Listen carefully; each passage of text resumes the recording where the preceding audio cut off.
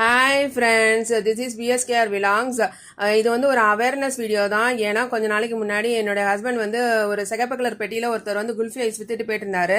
Kulfi ice சாப்பிடணுங்கிற ஆசையில் போய் அந்த ஐஸ் ஒன்று வாங்கி சாப்பிட்டாங்க.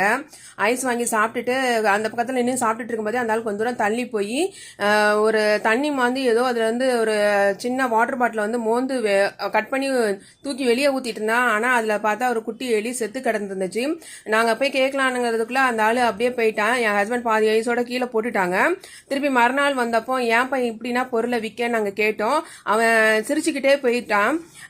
நல்லா சுத்தமாக விற்கிறவங்களும் இருக்காங்க, இந்த மாதிரி சுத்தமே இல்லாமல் விற்கிறவங்க கூட இருக்காங்க.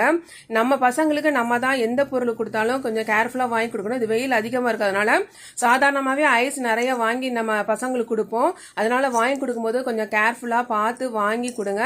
இது வந்து ஒரு சின்ன அட்வைஸாக கூட எடுத்துக்கலாம். தேங்க்யூ.